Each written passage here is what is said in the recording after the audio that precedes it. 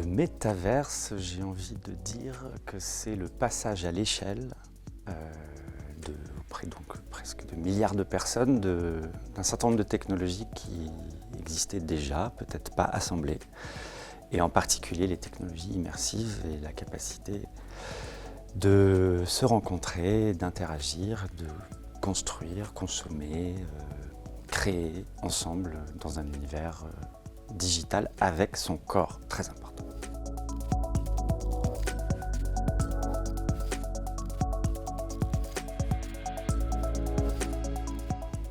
Alors, ce qui s'est passé quand Meta a commencé à devenir très actif dans le monde du métaverse, c'est qu'en plus de devoir expliquer aux gens ce qu'est la réalité virtuelle et ce que les technologies immersives peuvent amener à l'expérience vécue par des clients, des clients internes, suivant qu'on est sur du grand public ou du corporate.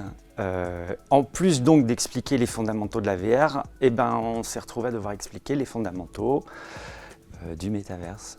Et comme personne n'est d'accord, c'est devenu encore plus compliqué.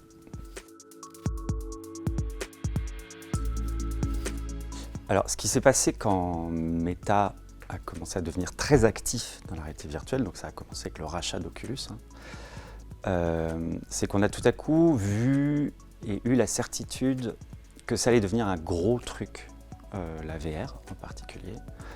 Et du coup, ça a aussi entraîné un intérêt et une façon d'observer ce domaine-là bien plus fort.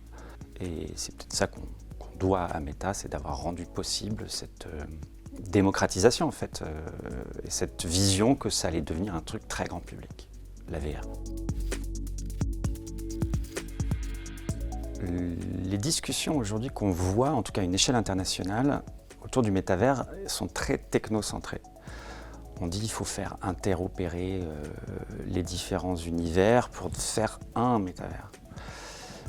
Mais on oublie une dimension qui me paraît essentielle, c'est la dimension sociétale en fait. On fait du techno-push pour résumer, et alors qu'on pourrait tout à fait construire en fait des approches, des API, des protocoles, des fondamentaux qui encapsulent en fait un besoin sociétal de protection, par exemple, de mes données, de tout ce que les États garantissent en fait en matière de droits sur les lois, sur la monnaie, tous les pouvoirs régaliens qu'ont les États.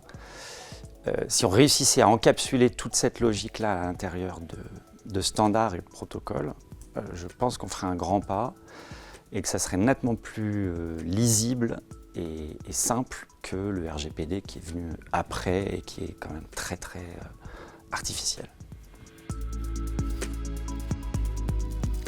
Le métaverse dans 10 ans aura certainement basculé d'un domaine plutôt centré réalité virtuelle vers un domaine plutôt centré réalité augmentée.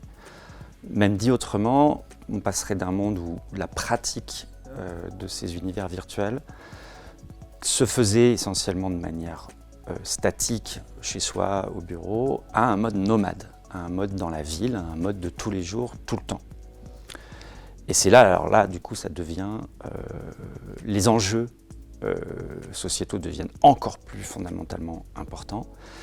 Et je pense que du coup, la présence des régulateurs gouvernementaux, ou en tout cas des régulateurs élus par les utilisateurs des systèmes, donc le peuple, entre guillemets, cette présence-là, de ce regard-là, devient absolument fondamentale.